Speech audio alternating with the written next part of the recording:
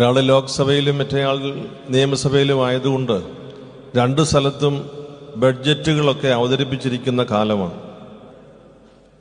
നിങ്ങൾ രണ്ടുപേരുടെയും മനസ്സിലിരുന്നാൽ മതി, വരും കാലങ്ങളിൽ നാട്ടിൽ താമസിക്കുന്ന മനുഷ്യർക്ക് ഒരു ബഡ്ജറ്റും കാട്ടിലുള്ള മൃഗങ്ങൾക്ക് വേറൊരു ബഡ്ജറ്റും വരുമോ എന്നെനിക്കൊരു സംശയം.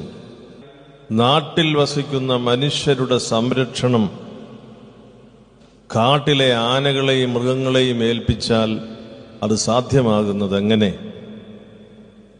ഈ പ്രദേശത്ത് താമസിക്കുന്ന സാധാരണക്കാരായ ആളുകളുടെ കാര്യത്തിൽ നമുക്ക് ഒരു കരുതലുണ്ടാകണം.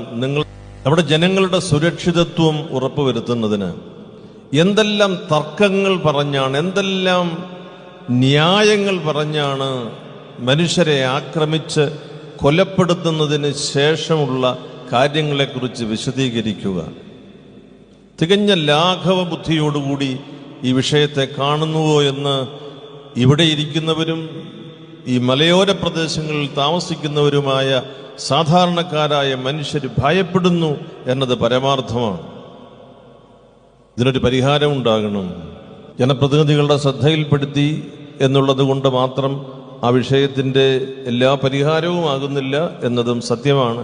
നാം ഒരുമിച്ച് നിന്ന് ഈ കാര്യത്തിൽ ആന വരുമ്പോൾ കത്തോലിക്കനെന്നോ മർത്തോമക്കാരനെന്നോ ഓർത്തഡോക്സുകാരനെന്നോ ഒന്നും വ്യത്യാസമില്ല. മലയിൽ തിരുമേനി CSI എന്ന് പോലും വ്യത്യാസമില്ല. ആന വരുമ്പോൾ ആന ഓടിക്കുന്നത് മനുഷ്യനെയാണ്.